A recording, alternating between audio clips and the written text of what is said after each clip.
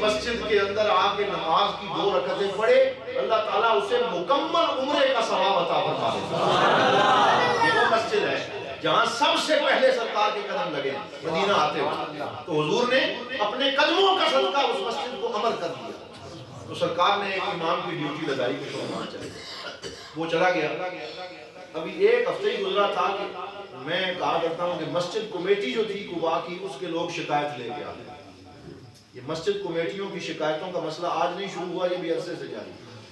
تو وہ آگئے، انہوں نے کہا جناب امام جڑا بھیجا ہے تسی، یا رسول اللہ کرم نوازی فرمائی، لیکن وہ آپ نے ایسا امام بھیجا ہے جو ہر رکعت میں قل هو اللہ احد پڑھتا ہے، ہر رکعت میں قل هو اللہ احد پڑھتا ہے۔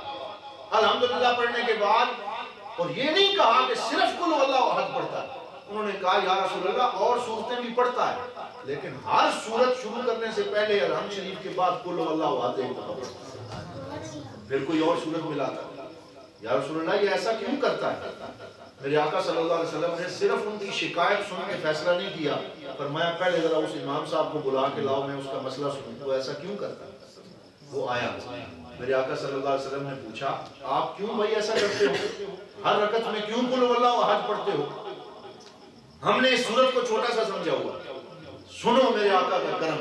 اس نے عرض کیا یا رسول اللہ انی احب هذه السورہ، میں، اور یہ وجہ نہیں ہے کہ مجھے قرآن نہیں آتا، آپ کے قدموں میں بیٹھنے کا صدقہ سارا قرآن آتا ہے، لیکن میں کیا کروں، مجھے دل سے اس صورت کے ساتھ پیار ہے، مجھے یہ صورت اچھی لگتی ہے، اس میں اللہ کی توحید کا بیان ہے، اللہ کا ذکر ہے، اخلاص ہے، اس لیے میں پڑھتا ہوں۔ سرکار نے یہ نہیں فرمایا تو نے بدعت کر دی، یہ تو نے نیا کام شروع کر دیا دین میں۔ آج لوگ بدعت کا فتویٰ لگانے میں بھی دیر نہیں کرتے، ہر بندے میں بدعت کا فتویٰ لگا دیتے ہیں۔ سرکار نے اس صحابی کو یہ نہیں کہا کہ میں تو ایسا نہیں کرتا، تم ایسا کیوں کرتے ہو؟ فرمایا اچھا تو تم اس صورت کی محبت کی وجہ سے ایسا کرتے ہو؟ یا رسول اللہ محبت کی وجہ سے۔ فرمایا حبک لہذہ الصورت ادخلک الجنہ، فرمایا جا پھر محمد عربی تجھے گارنٹی دیتا ہے کہ اس صورت کا پیار تجھے جنت میں لے جائے گا۔ فرمایا یہ جو